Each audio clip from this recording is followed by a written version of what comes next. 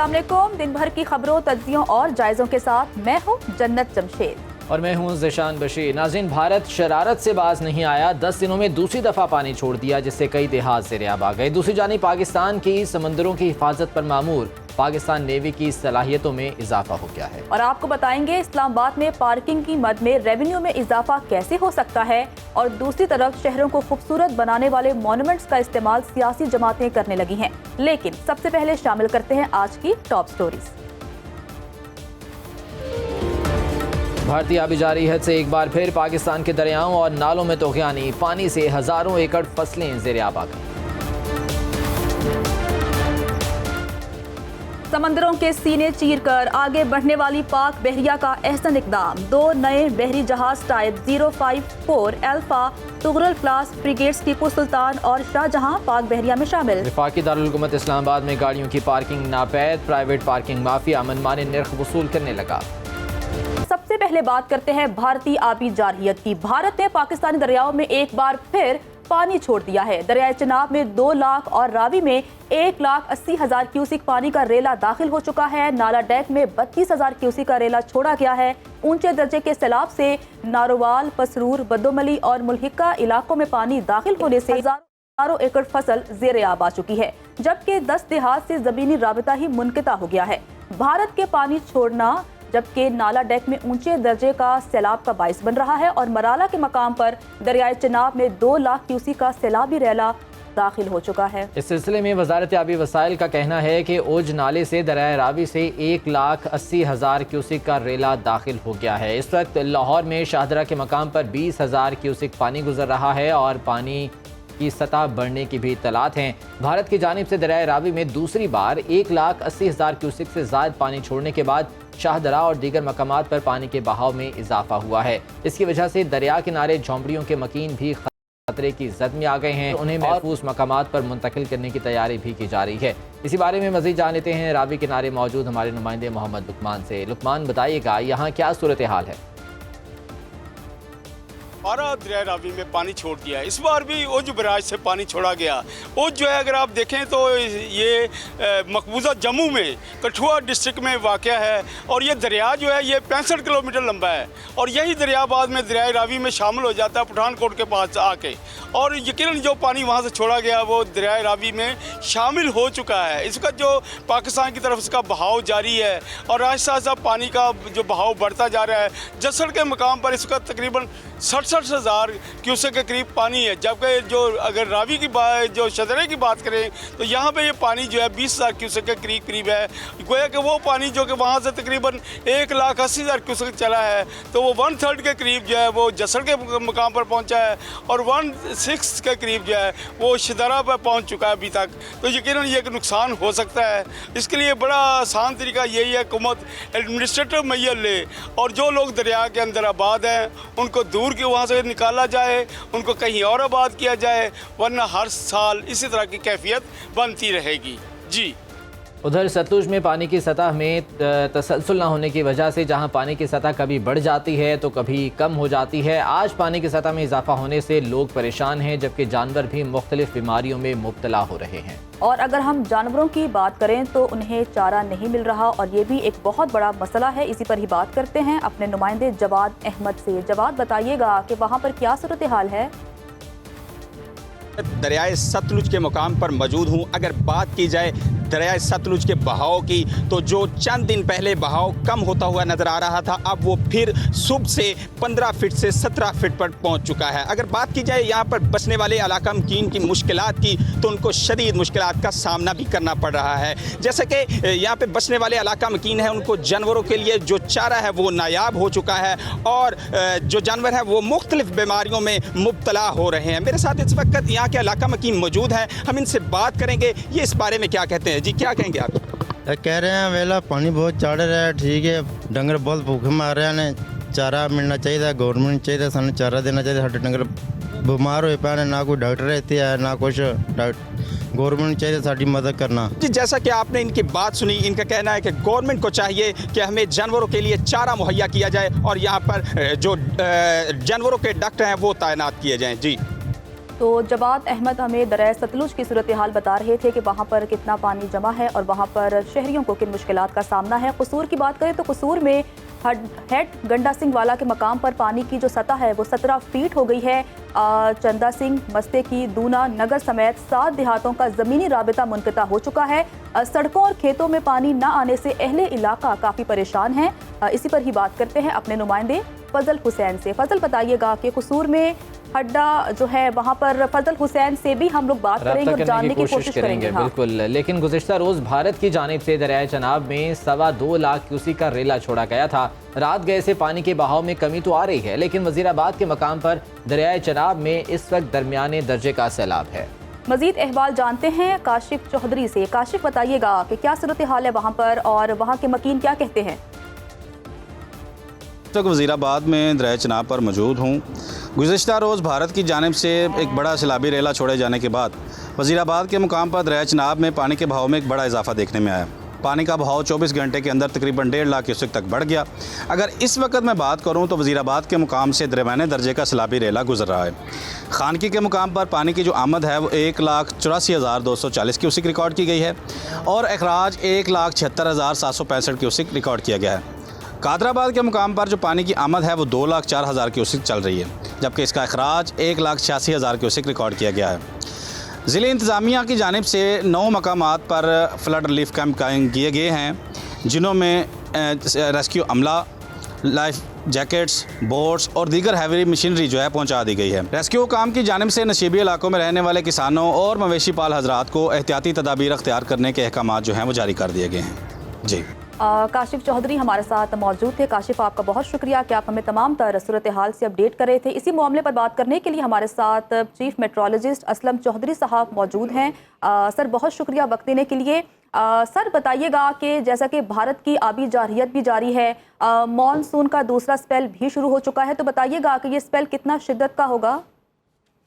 अभी जैसे ये महकमा मौसमियात की एक एडवाइजरी थी कि 18 से 23 जुलाई के दौरान जो बारिशें होंगी और कई जगह पे हैवी फॉल्स होगा, जैसे Islamabad, upper KP, northern area, Kashmir, Lahore समेत। और अच्छी बारिश हुई है पिछले 2 दिन में, इसमें हैवी फॉल्स हुई है और आने वाले दिनों में भी कोई 23 तारीख तक तो ये सिलसिला चलेगा। महकमा मौसमियात उसके बाद जो अपनी एडवाइजरी जो है उसको रिवाइज करेगा। तो इस दौरान जो है जो डीजी खान में भी जो फ्लैश फ्लडिंग का खतरा है उसमें भी, क्योंकि वो पहाड़ी इलाका है, तो वो जो को सुलेमान है उससे बारिश का पानी आता है, तो इसमें काफ़ी ज़्यादा नॉलेज है, तो उनमें भी सैलाबी सूरत हाल पैदा हो सकती है। और जो नार्दर्न एरिया जहाँ केपी और पहाड़ी इलाके हैं वहाँ पे फ्लैश फ्लडिंग और लैंड स्लाइडिंग का खतरा है, उससे सड़कें भी क्लोज हो सकती हैं। ठीक, असलम साहब, स्पेसिफिकली अगर हम पंजाब की बात करें तो यहाँ पर अभी ये जो स्पेल चल रहा है मानसून का, कितनी बारिशें मुतवक्के हैं 23 जुलाई तक, और क्या जो शहरी इलाके हैं अर्बन फ्लडिंग के भी खदशात हैं? जी बिल्कुल, इसमें जो अर्बन फ्लडिंग जैसे लाहौर समेत रावलपिंडी, इस्लामाबाद में हो चुकी है और फिर दोबारा भी इन्हीं शहरों में जैसे गुजरांवाला, सियालकोट, चकवाल, अटक, इस्लामाबाद, रावलपिंडी, लाहौर, गुजरांवाला, इन अजला में जो अर्बन फ्लडिंग हो सकती है आने वाले दिनों में और मूसलाधार बारिश हो सकती है, जैसे नशीबी इलाकों में पानी जमा हो सकता है। अच्छा सर, ये भी बता दीजिएगा, अगर हम मानसून के पहले स्पेल की बात करें तो लाहौर में काफ़ी तेज़ बारिशें हुई थीं, तो क्या अभी भी इस तरह की रिकॉर्ड बारिशें हो सकती हैं?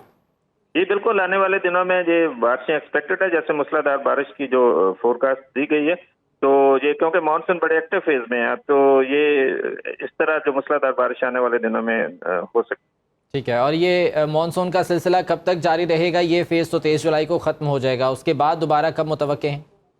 देखिए, ये सिलसिला अभी चलता रहेगा, कोई 23 तक तो महकमा मौसमियात की एडवाइजरी है, वो हो सकता है इसके साथ ही दूसरी इसको रिवाइज करे। तो अभी ये इस माह में तो काफ़ी एक्टिव मानसून है, तो ये सिलसिला अभी चलेगा। ठीक है, और जो दीगर इदारे हैं क्या वो भी महकमा मौसमियात के साथ राब्ते में हैं, जैसे NDMA है, ताकि फौरी तौर पर इक़दाम उठाए जा सकें? जी बिल्कुल, जैसे NDMA है, रोज़ाना वो कोई मीटिंग होती है, महकमा मौसमियात और FFD भी वहाँ पे होता है, तो मुख्तलिफ इदारे जो है वो अपना काम रोज़ असाइन होता है, रोज़ उस पर बात होती है और फ्लड की फोरकास्ट ली जाती है फ्लड फोरकास्टिंग डिवीजन लाहौर से, तो उसके अकॉर्डिंगली वो अपने अपने सारे प्लान करते हैं कि किस दिन ज़्यादा फ्लड किस जगह पे आ सकता है, तो सारे महकमे अपने अपने डोमेन में रह के अच्छा काम कर रहे हैं। ठीक, असलम साहब, कराची में बारिश अब से कुछ देर पहले हो रही थी, सिंध के हवाले से क्या अपडेट्स हैं? देखिए, सिंध में जो कराची में भी आज और कल 2-3 दिन बारिशें हैं और अच्छी बारिश एक्सपेक्टेड है। इसके अलावा जो अपर सिंध जिसमें सखर, खैरपुर वगैरह और नवाबशाह और जो साउथ ईस्ट सिंध है जिसमें नगर पार्कर, उमरकोट और शाशर और डिप्लो वगैरह शामिल है, इनमें भी कहीं कहीं मूसलाधार बारिश हो सकती है। अच्छा सर, जैसा कि आपने सिंध के हवाले से अपडेट किया, अगर हम बलूचिस्तान की बात करें तो वहाँ पर क्या सूरत हाल रहेगी मौसम के हवाले से? देखिए उस साइड पे जैसे नसीराबाद, जलमक्सी और डेरा बुक्ती और बारखां, इन अजला में जो है बारिश होगी और इन अजला में भी कहीं कहीं जो है वो मूसलाधार बारिश का भी इम्कान ज़ाहिर किया गया। असलम साहब, गर्मियों में चूँकि लोग बहुत ज़्यादा नॉर्दर्न एरियाज़ का रुख करते हैं, तो ट्रैवल करने वालों के लिए क्या एडवाइजरी है? देखिए इसमें जैसे मूसलाधार बारिश और फ्लैश फ्लडिंग और लैंडस्लाइडिंग का खतरा ज़ाहिर किया गया और स्पेशली नॉर्दर्न एरिया कश्मीर और इस तरह जो कलाम, आलम जबा, इवन मरी वगैरह में, तो इनमें तो सड़कें जो है क्लोज हो सकती हैं लैंडस्लाइडिंग या फ्लैश फ्लडिंग से। तो इसमें जो टूरिस्ट है उनके लिए स्पेशल ये एडवाइजरी में कहा गया कि वो अगर उन्होंने ट्रैवल करना तो महकमा मौसमियात से की वेबसाइट या इस फोरकास्ट को देख के चले ताकि वो किसी ज़्यादा मुश्किल में ना फंस जाए। ठीक है, तो असलम साहब, अभी वेबसाइट की आपने बात की है कि ये मुसलसल क्या अपडेट होती रहती है वहाँ पर सिचुएशन? तो महकमा मौसमियात की वेबसाइट है, वहाँ पे तो काफ़ी ज़्यादा चीज़ें अपडेट होती है। जैसे एक तो बारिश, जैसे आजकल फ्लड की सिचुएशन चल रही है तो वो उस पर किस हेडवर्क पे कितना पानी है, कितना सैलाब आ सकता है, क्वान्टिटेटिव फोरकास्ट होती है कि कितना क्यूसेक नेक्स्ट 24 आवर्स में आएगा। तो ये सारी इन्फॉर्मेशन हमारी वेबसाइट में मौजूद है।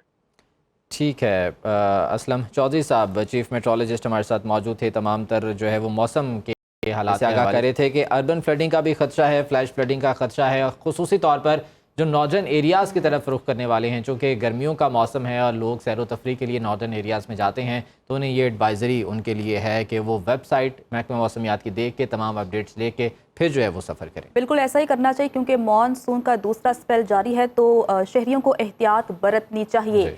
आगे बढ़ते हैं और अब बात करते हैं कि समंदरों को सीने चीरकर आगे बढ़ने और बिफरी मौजों से भिड़ जाने वाले हमारे बहरी पासबा शुजात और दिलेरी की कई दास्तानों की अमीन हैं, शहादतों और अजमतों का निशान है।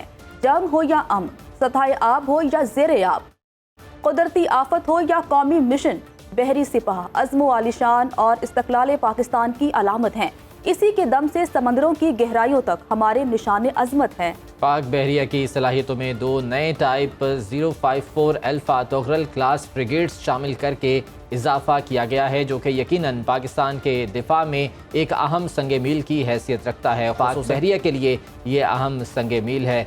इसी तमाम तर मामले पर बात करने के लिए हमारे साथ मौजूद हैं रियर एडमिरल रिटायर्ड सैयद इमदाद इमाम जाफरी साहब। सर, सबसे पहले तो बहुत शुक्रिया वक्त देने के लिए।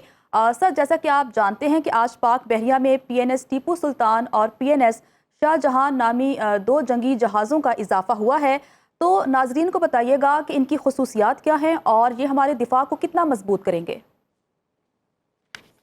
जी बहुत शुक्रिया। बिस्मिल्लाहिर्रहमानिर्रहीम। ये बहुत अहम एक इंडक्शन हुई है पाकिस्तान नेवी में। इस टाइप के जो 2 जहाज़ पहले पिछले साल इंडक्ट हुए थे और 2 ये हैं इस दफ़ा अभी इंडक्ट हुए हैं आज। इनकी ये सब मतलब मोस्ट मॉडर्न इसको कह सकते हैं। इनकी जो टेक्नोलॉजी इसमें यूज़ हुई है, इसमें जो स्टेल्थ टेक्नोलॉजी है, इसके अंदर जो सेंसर्स लगे हुए हैं, इसमें जो वेपन्स लगे हुए हैं, वो बिल्कुल स्टेट ऑफ द आर्ट हैं। और ये इसमें आप अगर देखें तो कई जगह पे ये चीज़ आ रही है, आपके मीडिया में भी, और आप उस पर देखें तो कि ये एक गेम चेंजर इसको कहा जा सकता है। कि चाइना जो जहाज़ खुद चला रहा था, वही जहाज़ उसने जो है वो चाइना के पास अभी भी हैं, ये 30-32 के करीब वो ऑलरेडी हैं और फर्दर भी इंडक्ट कर रहा है। और इसी को थोड़ा सा अडॉप्ट करके और हमारे एनवायरनमेंट के हिसाब से, हमारे थ्रेट एनवायरनमेंट के हिसाब से चाइना ने ये पाकिस्तान को दिए हैं, अभी तक और किसी को नहीं दिए हैं। ये जो मोस्ट मॉडर्न जहाज़ हैं, इनके पास इनकी जो वेपन, इनके सेंसर्स हमारे दिफा को इंशाल्लाह बहुत ज़्यादा बेहतर कर रहे हैं। इंशाल्लाह। सर, अगर हम भारत की बात करें जो कि हमारा रिवायती हरीफ है, वो भी अपने बहरिया को मजबूत बनाने की तमाम तर कोशिशें कर रहा है। तो बताइएगा कि इन जहाज़ों की शमूलियत के बाद हम भारत के मुकाबले में कितने मजबूत हुए हैं? देखिए, अब ऐसे डायरेक्ट इसका जो कंपैरिजन इस तरह से तो नहीं हो सकता, क्योंकि भारत के पास तो आप हमसे कुछ कम से कम भी 3 से 4 गुना ज्यादा बड़ी नेवी है। लेकिन अगर आप देखें तो हमारी जो कोस्ट लाइन है तकरीबन 1000 किलोमीटर से थोड़ी ज्यादा है, और भारत की जो है वो कुछ 7500 किलोमीटर की कोस्ट लाइन है। तो वो उसने तो पूरे उसको जो है वो कवर करना है। तो उसके हिसाब से जाहिर है उनके पास शिप्स, सबमरीन, एयरक्राफ्ट सब हमसे ज्यादा है। लेकिन हमारे पास जो भी हैं वो, जैसे मैंने कहा ना, स्टेट ऑफ द आर्ट, और बिल्कुल जो इनकी जो एफिशिएंसी है, जो इनकी पहुंच है, वो कहीं ज्यादा है। तो और दूसरी चीज ये कि हमारी जो एक डॉक्ट्रिन है ना डिफेंस की, वो डिफरेंट है। वो एक नेवी है जो कि अपने आप को रीजनल नेवी और पूरे साउथ चाइना सी से लेकर और फिर ये पूरे इंडियन ओशन तक अपने आप को जो है वो एज अ बड़ी एक नेवी के तौर पे वो प्रोजेक्ट करना चाह रहे हैं। तो इसी लिहाज से उनके पास रिसोर्सेज ज़्यादा हैं, लेकिन वो उतने ही फिर वो स्प्रेड आउट भी हैं। उनके जो रिसोर्सेज हैं, उनके जो कॉन्फ्लिक्ट्स हैं, वो कई मुल्कों के साथ हैं, जिसमें चाइना भी शामिल है, पाकिस्तान के साथ तो खैर है ही है इनका। तो ये वो सारे रिसोर्सेज ज़ाहिर है इधर तो नहीं कंसंट्रेटेड ना, और हमारा काम ये है कि हमने अपने वाटर्स को डिफेंड करना है, जो हमारा अरेबियन सी है, क्योंकि हम बिल्कुल नॉर्थ में हैं इंडियन ओशन के, और ये अरेबियन सी को ही हमें डिफेंड करना है। हमारे जितने भी, एक चीज होती है स्लॉक्स, सी लाइंस ऑफ कम्युनिकेशन, वो हमारे मोस्टली इधर ही हैं कि हमारे रीजन से, और जो हमारे EEZ जिसको कहते हैं, हमारे एक्सक्लूसिव इकोनॉमिक जोन है, हमने उसको डिफेंड करना है। और इंशाल्लाह इस लिहाज से हम बहुत मजबूत हैं, और हम बड़े आराम से इसको जो है ना इन चीज़ों इनको डिफेंड कर सकते हैं।